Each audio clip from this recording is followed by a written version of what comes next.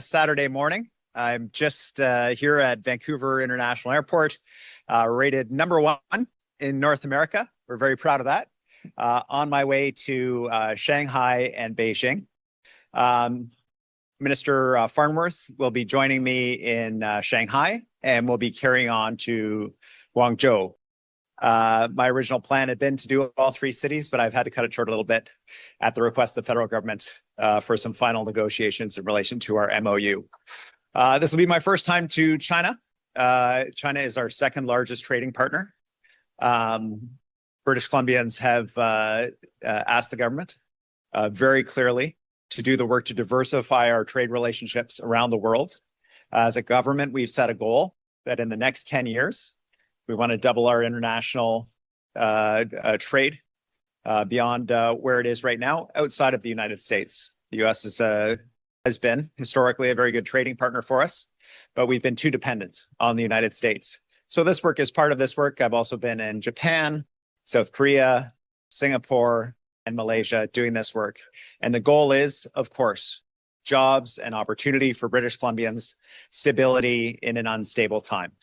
We have lots of connections, people-to-people connections with China, 500,000 Canadians of Chinese descent in British Columbia alone. Those people-to-people relationships have gotten us through some tough times in our government-to-government relationships with the Chinese government.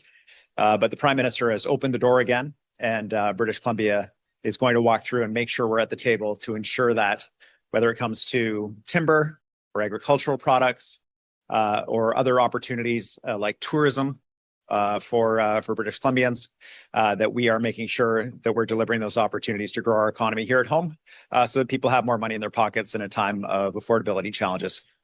With that, happy to take any questions you may have about the mission, or I imagine other things that are on your mind this weekend day.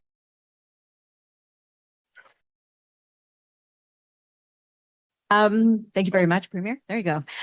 Is this thing on? It is now. We're going to go first to Global, who has some questions. Morning, Premier. Justin from Global News. Our question is, what do you expect to achieve in such a short period of time in China? There's some very specific projects that are on my list here, specifically around the forest sector.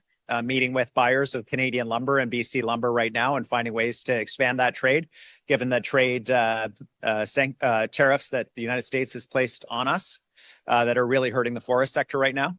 But also on energy, the LNG Canada Phase 2 project is reaching final investment decision. It's a consortium of 4 different countries, including China through PetroChina. They're reaching final investment decision in September. It's worth about $28 billion in terms of provincial revenue to pay for public services. And so meeting with them, identifying any final concerns as they reach final investment decision is another example of concrete things that we're seeking to achieve here. Our other question, is there any movement on the MOU with Ottawa? Yes, we're in negotiations right now with Ottawa on BC's projects through a memorandum of understanding.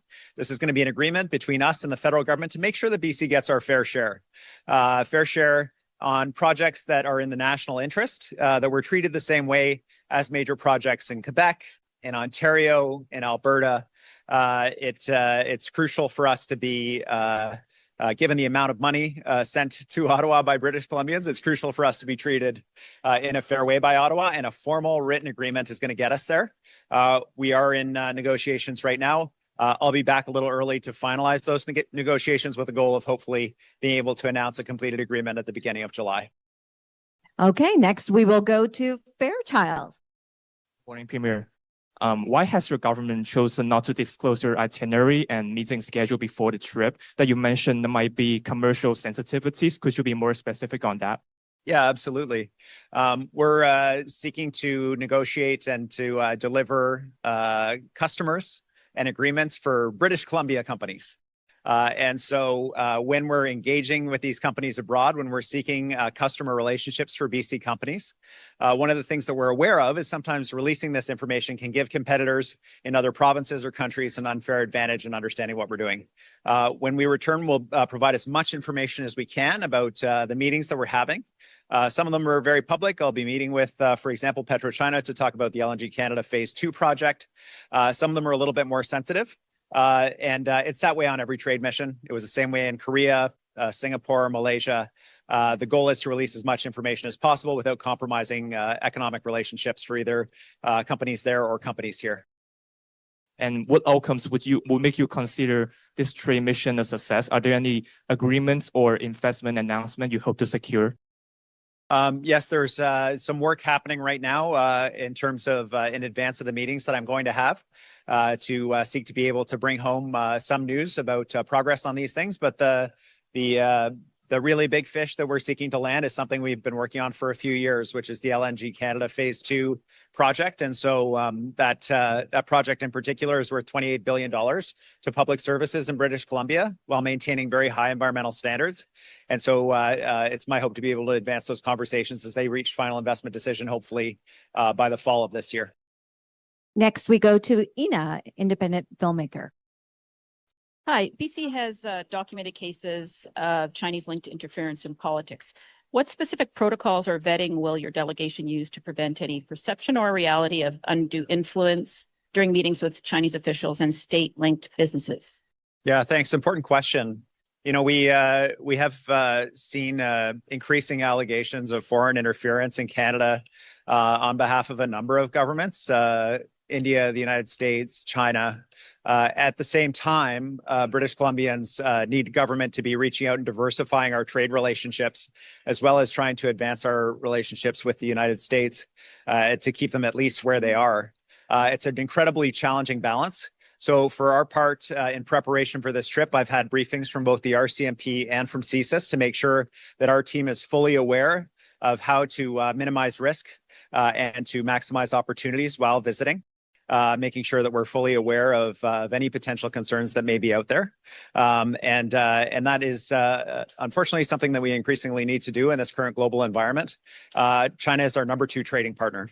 There are many jobs that are dependent on that relationship, and there are jobs that are currently being impacted by tariffs that China has on British Columbia that we hope to see lifted as well, including the seafood sector. So there's lots of work for us to do, but we do it in a spirit of caution and making sure that we're advancing British Columbia's relationships without compromising Canada's relationships and following the guidance of the federal government on this important nation-to-nation relationship. Do you have a follow-up? Okay. And now we go to CBC. Hi there, this is Nav from CBC. So there are now second largest scale demonstration happening today in Vancouver against proposed AI data center, calling to halt these projects. How are you thinking about to address the concern to residents in light of water restriction? Should there be a regulation in place for them to control their energy use? Yes, there should be. And in fact, there is. British Columbia passed legislation that allows us to restrict. It was originally passed around crypto mining operations. Now it's through regulation updates applies to AI data centers as well. It allows us to restrict access to BC electricity if there's not safety measures taken in terms of impact on rates for British Columbians, water use, as well as some kind of economic benefit that comes from the project. There's a world of difference between what's happening in British Columbia compared with what people are seeing in the United States. I've seen a lot of concerns about water use. That's a concern of mine as well, which is why ensuring that these data centers are not mass consumers of water is a key interest as we receive applications. Making sure that they are returning economic activity to the communities, that it's not just a vacant building with a security guard, that there are benefits that flow back, including economic benefits to communities. And I suspect that's what many of these people are expressing concern about this center would like to see. Just want to reassure people that we have those regulations in place, and that is key for British Columbia in terms of any centers going forward.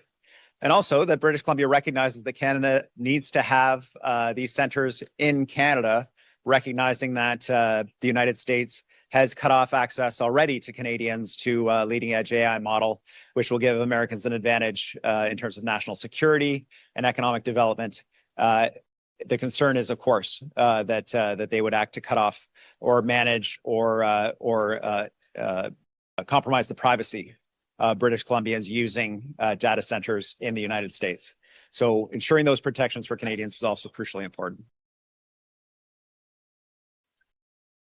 So my next question, what's your state of mind going into trade mission in China? Well, first of all, I'm very excited. I've never been to China before. It is obviously a really unique opportunity to be able to travel in this capacity. And so I'm very much looking forward to meeting people and understanding a little bit more about the country. A little bit of caution. You know, I know that the relationship between China and Canada has not always been strong, and that we're rebuilding right now. And so wanting to make sure that as a subnational government, that we're doing our part to advance the relationship and also to do a little better to understand how we can benefit British Columbians and ensure that that also we're protecting British Columbians going forward. And then finally, I think there's a lot of opportunity for us. This is a massive market. We have to diversify our trade relationships away from the United States and being too dependent on the US. And so these conversations are very important for us as a province that faces the Pacific. All of these Asian markets, Korea, Japan, Singapore, Malaysia, Vietnam, China, will increasingly play an important role in our economy here in British Columbia. And so finding ways for us to advance that as well is crucially important.